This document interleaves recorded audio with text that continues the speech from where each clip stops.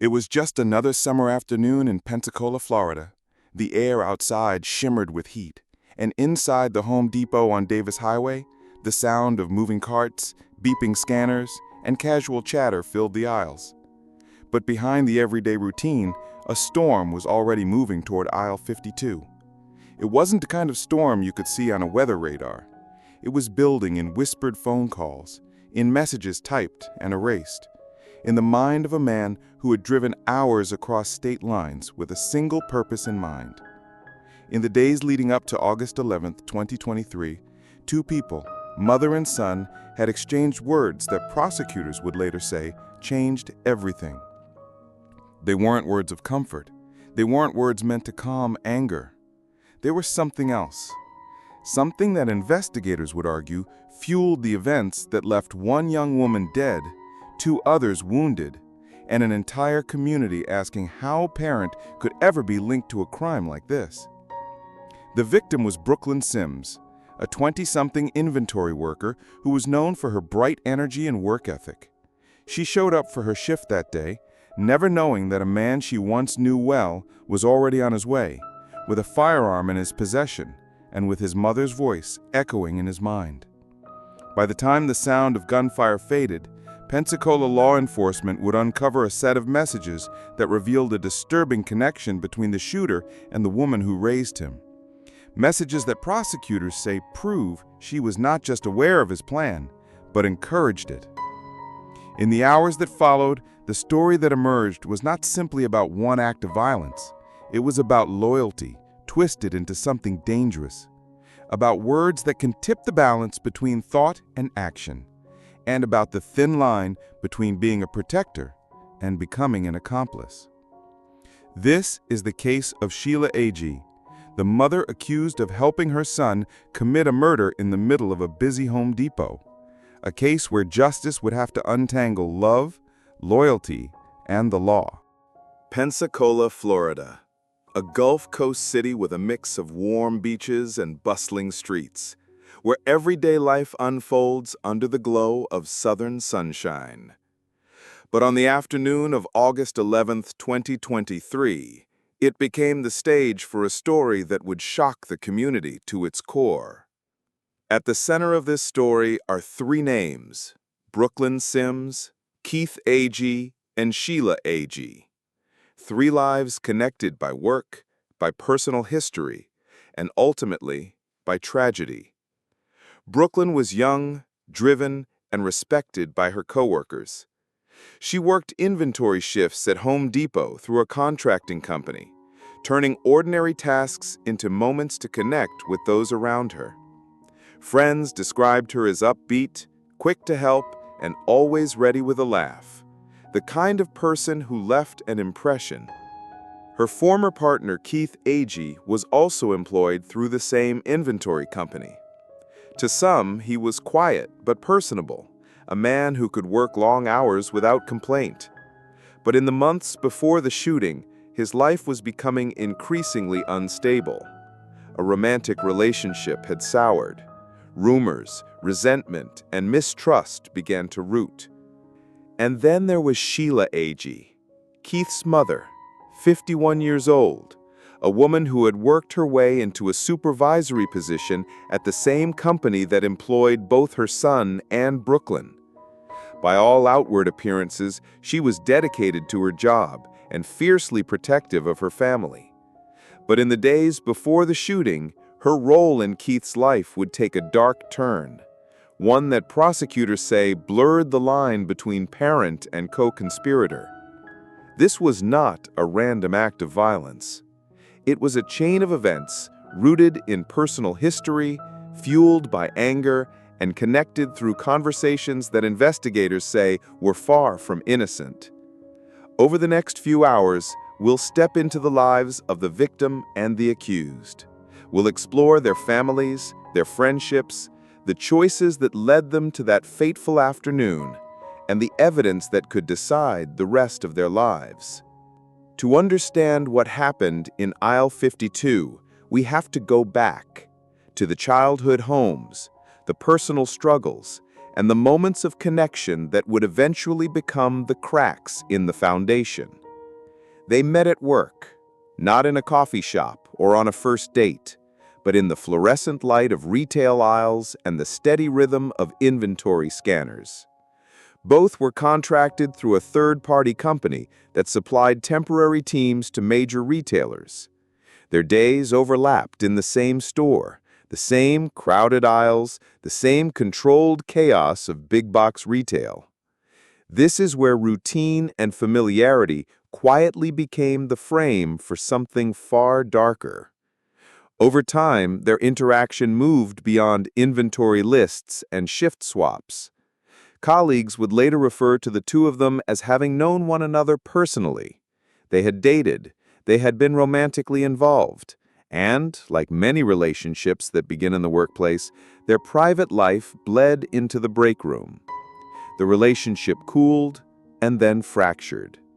In the months before August 11, 2023, they were no longer simply co-workers. They were two people carrying the weight of a breakup and the questions that follow it. The contracting company model is worth explaining briefly because it shaped how these people moved through the store that day. WIS International, a national firm hired by retailers to perform large inventory counts, sends teams to stores in short, intense bursts. Supervisors coordinate crews. Temporary associates move through aisles quickly, scanning and counting. Supervisors often know the crews personally and supervise the workflow closely. In this case, both Brooklyn and Keith were working under that system on the day of the shooting, and Sheila, later charged in connection with the murder, also had a supervisory role with the same contracting company. That overlap placed victim, suspect, and a member of the suspect's family into the same physical and organizational space. The relationship did not end quietly. According to testimony and court filings introduced in later proceedings, what began as a personal dispute escalated into something Keith described as rage and a feeling of betrayal. During his own trial, he testified that he believed he had been infected with a sexually transmitted infection, and that belief, whether grounded in fact or not, was a catalyst for his decision to travel to Pensacola and confront Brooklyn. In the sentencing phase of Keith's case, prosecutors later presented testing results that complicated that narrative, showing Brooklyn did not test positive for an STD. Those conflicting elements, a perceived betrayal, a cross-state drive, and later scientific evidence undermining the motive, created a volatile mix that would figure heavily into how juries and the public understood the crime. And then there were the messages. In the hours and days before the shooting, investigators recovered dozens of texts exchanged between Keith and his mother, Sheila. Those messages, some explicit, some evasive, formed the backbone of the prosecution's claim that this was not an impulsive act by a single person, but a planned act with active encouragement. Select excerpts reported in court and the press show a pattern. Keith describing his plan or his anger, and Sheila responding in ways prosecutors say amounted to approval or even facilitation. She allegedly told him to erase the texts after instructing him on logistics. She allegedly offered to provide an address and urged caution in a way that prosecutors interpreted as guidance about how to carry out the act without implicating her. The state argues those messages show premeditation and that Sheila functioned as a principal who aided, encouraged, and helped plan the murder. Defense attorneys dispute some of the interpretations. They argued at trial that the messages, taken in context, could be seen differently, as heated conversation between a mother and child, as bad judgment rather than a criminal blueprint. They questioned whether words of anger or dark talk automatically equal legal complicity. Yet the jury was presented with the messages alongside travel records, witness accounts placing Keith in aisle 52, and surveillance showing his arrival at the store at the time Brooklyn was conducting inventory. That confluence of communication, presence, and physical evidence is what prosecutors described as the single thread connecting talk to action. So, co-workers who had known one another, whose romance ended, whose interactions rippled into the workplace, a contractor model that placed them in the same aisles, a claim of betrayal that became a motive, and a threaded conversation, typed, erased, recovered, that transformed private fury into the focus of criminal investigation. The problem, in plain terms, is this. When a private conflict is fed by encouragement from another person, when plan and presence coincide, how do we separate individual culpability from shared responsibility? And how do courts weigh the difference between a mother's terrible counsel and an actionable criminal plan? Those questions would become central as the case moved toward trial. Brooklyn Taylor Sims was 18 years old.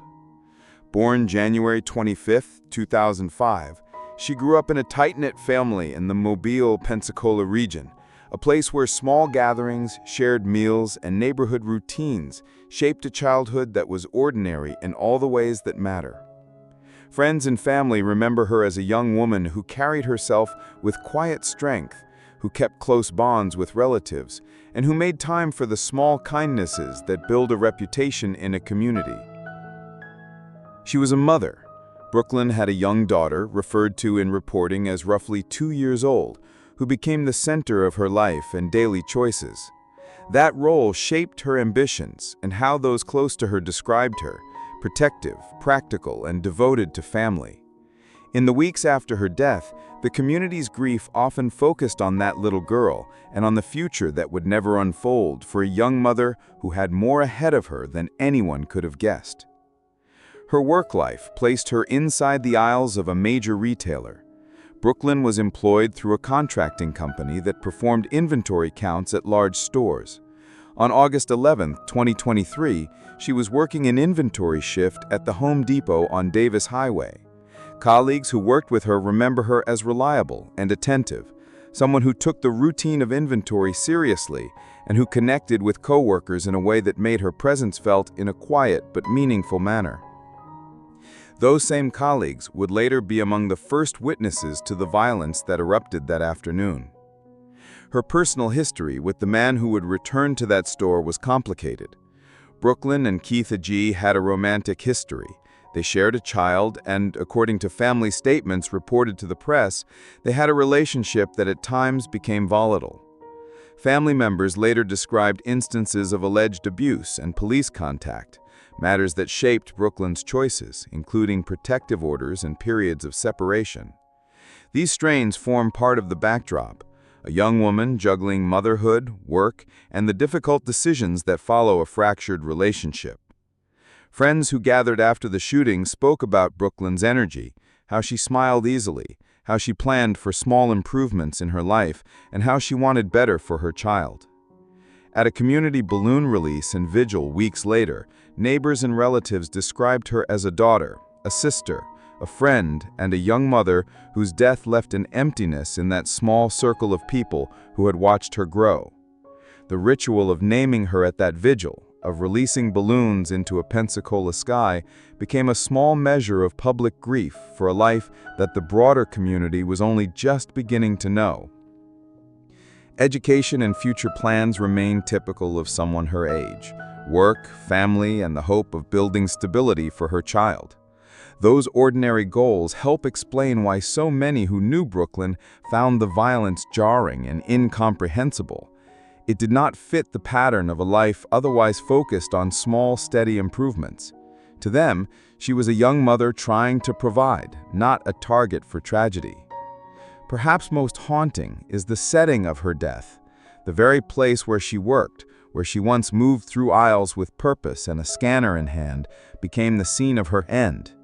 It's a detail that stayed with the town, the idea that a routine labor could be transformed into a crime scene in a matter of minutes. Friends said they still feel a jolt at the sight of a Home Depot sign. For them, the store's orange logo will always carry memory now. Keith Agee grew up in a family driven by discipline and structure. His grandmother testified at trial that he exhibited signs of anger and behavioral issues from a young age. She described him as sometimes out of control, a characterization that helps frame the unsettling volatility that would later define his actions. As a teenager, Keith showed early signs of impulsiveness and poor anger management.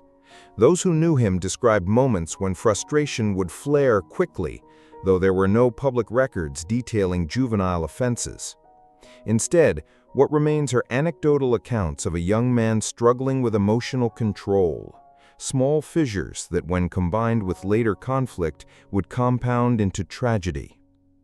By 2023, Keith, roughly 20 years old, worked via WIS International on inventory shifts at the Home Depot on Davis Highway in Pensacola.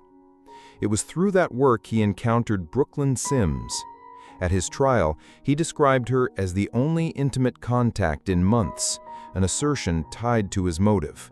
But that claim would later be challenged by evidence that she tested negative for any reportable STDs. Keith and Brooklyn's paths crossed through work. Their co-worker connection evolved into a romantic relationship. They shared a daughter, a tangible bond that also would become a point of contention. Family testimony later revealed moments of denial and conflict. Keith, at times, disputed paternity. Brooklyn sought protection from alleged incidents of violence.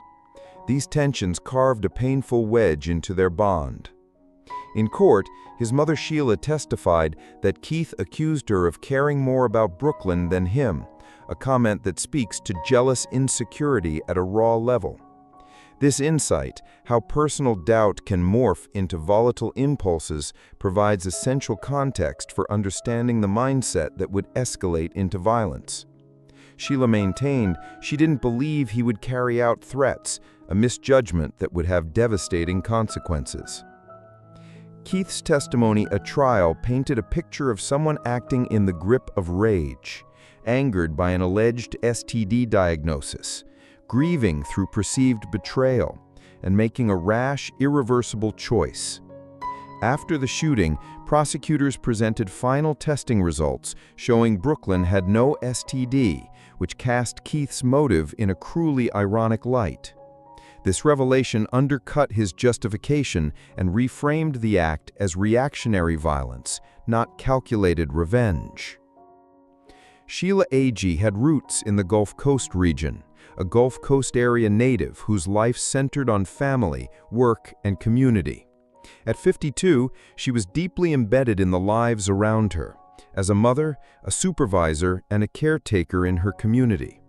She carried values of hard work and loyalty, elements common in families where togetherness is both shield and anchor. In her professional life, Sheila held a supervisory role with WIS International, a company known for overseeing inventory teams at large retail stores like Home Depot. Those who worked with her recall a manager who could switch between firm and nurturing, directing inventory shifts by day, then being a mother by night. Her job blurred both responsibilities, placing her at the fringe of family ties and workplace oversight. To those around her, she was not just Keith's mother, but a steady presence, driving Brooklyn Sims to work, coordinating childcare for her granddaughter, Casey, and balancing roles that sometimes clashed. Neighbors and family members remembered small, telling gestures. Sheila greeting Brooklyn as though she were her own daughter, or spending weekends caring for Casey with a deliberate tenderness often described during trial testimony. But beneath the surface was complexity. Sheila navigated tensions between supporting Keith and caring for Brooklyn. At times, the conflict surfaced, in text exchanges where Keith accused her of favoritism, or when emotions erupted into harsh words unintentionally forwarded. Court testimony later revealed she used profanity in text messages and deleted them in anger, a sign of strained loyalty and fraught decision-making. Her role in Keith's life had always been active, but soon it would become a focal point in a courtroom. At her trial, jurors heard that she stood witness to both sides of a family torn, loving a son, grieving a daughter, and facing the devastating outcome when those roles converged in the worst possible way. Her complex, fractured loyalties became the lens through which justice would weigh her hands. Those moments of closeness and conflict, mothering and misjudgment, now folded into a charge that carried immeasurable weight. Their relationship wasn't born in drama or engineered on purpose. It started in the soft glow of routine. Keith and Brooklyn's connection grew from schedules and scanners at Home Depot. Over time, camaraderie blossomed, but personal expectations shifted. As co-workers turned into parents of a child, ordinary friction emerged. Arguments over responsibility, trust, and the future they both navigated in fragmented ways. Family members eventually disclosed concerns about Keith's denial of paternity and instances of purported domestic violence, raw edges in an already fragile bond. In the aisle where both worked, unease replaced familiarity. Friends noticed Brooklyn acting reserved, tense, professional, yet subdued. Keith's mood darkened in shared spaces. A glance that lingered too long, a word that lingered too sharply. Small silences folded into larger misunderstandings. Then a moment of fear. Keith believed he had an STD and blamed Brooklyn. At trial, he testified the diagnosis plunged him into rage and betrayal. This belief was the spark that ignited a tragic path, but prosecutors countered it with clinical clarity. Medical tests confirmed that Brooklyn was negative for gonorrhea, and the finality of that truth stood in brutal contrast to his justification. Between messages and silences were the emotional currents Keith could not contain, rage entwined with heartbreak. He felt betrayed, humiliated. She felt fearful, misunderstood. And in the middle stood Sheila, trying to bridge impossible divides. She received texts that carried Keith's volatile anger, and in her effort to calm him, she deleted those words, yet the damage had already seeped beyond erasure. What started as a personal conflict, clouded by injury and accusation, metastasized into orchestrated destruction. It was not the breakdown of a love alone, but the breakdown of language, trust, and responsibility. The stage was set, private pain, unresolved anger, and the echo of words deleted, but never truly erased. In the hours before a life was taken, a conversation unfolded, not across tables, but through cold light and vanished pixels. Investigators recovered messages between Sheila and Keith, some brazen, others chilling. In one message, Sheila allegedly wrote to her son, purged the text, and tried to erase its trace, saying she didn't want anyone to know she had sent it. It was a moment of digital discretion that ironically became the most damning evidence of all. Texts revealed urged urgency. In one, Sheila is reported to have said, "If you don't come kill her, you're a..." Another warned, "Don't shoot at my car, I don't want to die." She even texted a map to his target, the very store where the victim worked. These were not messages of despair, they were instructions. Florida treats someone who aids, abets, or encourages a first-degree premeditated murder as a principal in the crime, carrying the same legal consequences as the person who pulled the trigger. Such messages, prosecutors argued, demonstrated active participation, not detachment. Sheila's attempt to cover her digital footprints backfired. Forensics recovered the deleted messages during phone extraction, revealing her hand in the plan. The secrecy intended to obscure involvement instead stitched it into the narrative of conspiracy. The quiet words she tried to vanish became the loudest evidence against her. In that moment, the text bubble's erasure became a confession in court, premeditated, purposeful, and aligned with a crime that would not be forgotten. The day began like any other for 20-year-old Keith Eric Agee. He worked a shift at AMNS Calvert in Mount Vernon, Alabama. Around midday, a call from a nearby medical facility altered the course of his afternoon and the lives of those walking the aisles of Home Depot. Driven by that call, Keith left work, retrieved a firearm, and began a one-way journey toward Pensacola. At approximately 1:30 p.m., surveillance cameras captured Keith entering the Home Depot on Davis Highway.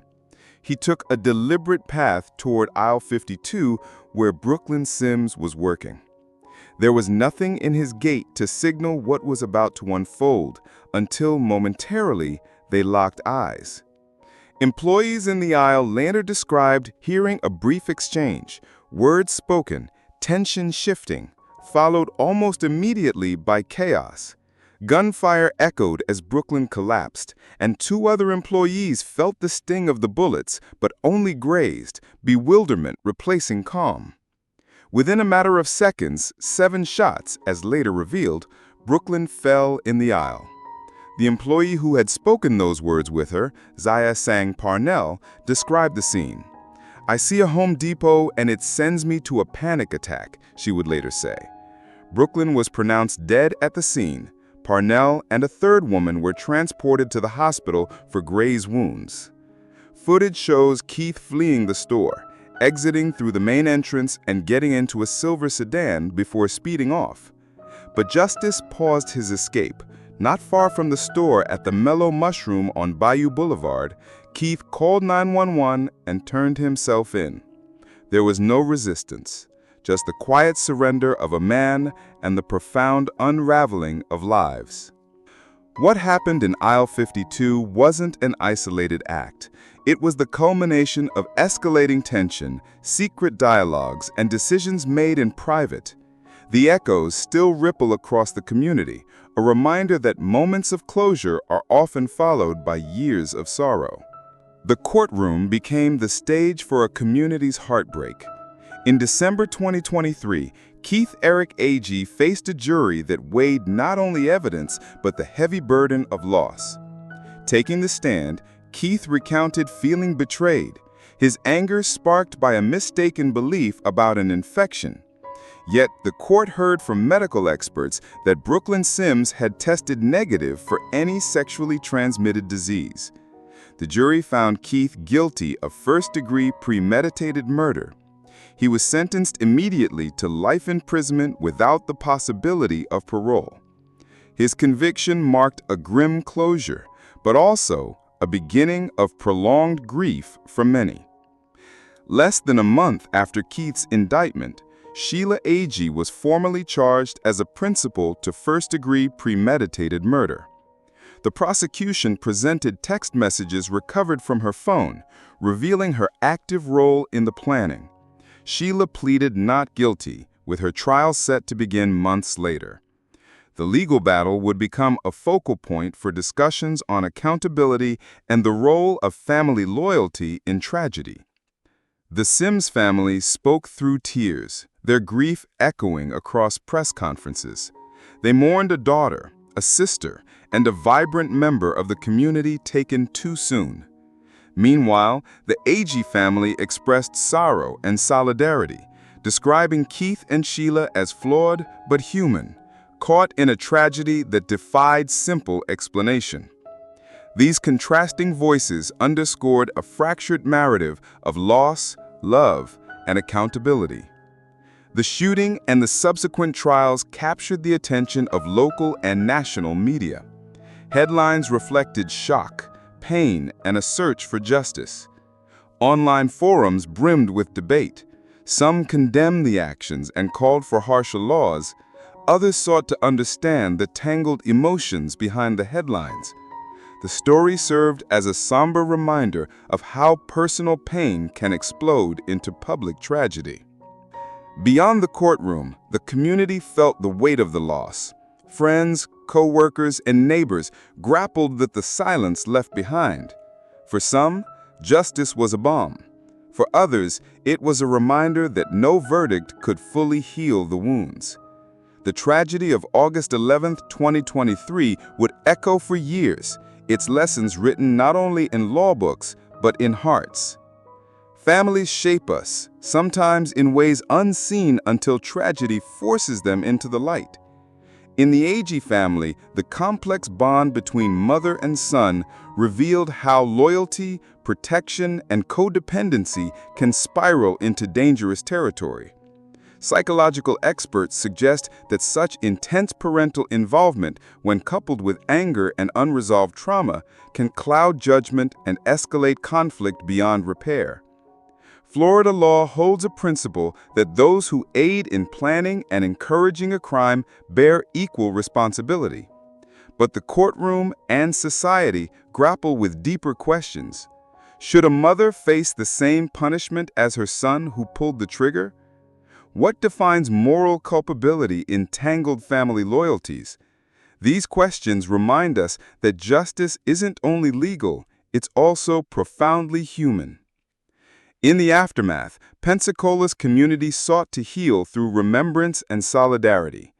Candlelight vigils brought together co-workers, friends, and strangers united in grief. Home Depot employees honored Brooklyn's memory with quiet moments at work. Conversations turned from shock to support, revealing the strength born from shared loss. This story is a somber reminder that beneath headlines and trials are human lives tangled by emotion, circumstance, and choice.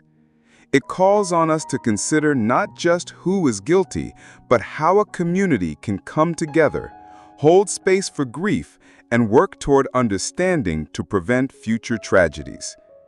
In the end, this is a story of lives forever changed, of a young woman whose future was stolen, and of a family shattered by choices that spiraled beyond repair. Brooklyn Sims was more than a headline. She was a daughter, a friend, a co-worker with dreams that will now remain forever unfinished. Her story reminds us of the human cost behind every tragedy, the pain that lingers long after the cameras leave, the silence that fills empty spaces. It also shines a light on the urgent need for early intervention when relationships turn volatile, when anger, jealousy, or mistrust begin to fester. Recognizing warning signs, reaching out for help, and supporting those in crisis can save lives. As we remember Brooklyn, we honor not only her life, but the hope that from tragedy can come understanding and change. May this story serve as a call to cherish our connections, to act with compassion, and to stand vigilant against the forces that threaten to break us apart. This story is a reminder that justice and healing involve us all. We want to hear from you. What are your thoughts on the legal outcomes? How can communities better support those caught in volatile relationships? If this video has opened your eyes to the warning signs of dangerous relationships, please consider sharing it with someone who might benefit. Awareness can be the first step toward prevention. And if you want more in-depth, carefully researched true crime stories that honor victims and explore justice, please like this video and subscribe to our channel. Your voice and support help keep these important conversations alive. Thank you for watching and for standing with us in remembering Brooklyn Sims and working toward a safer, more compassionate world.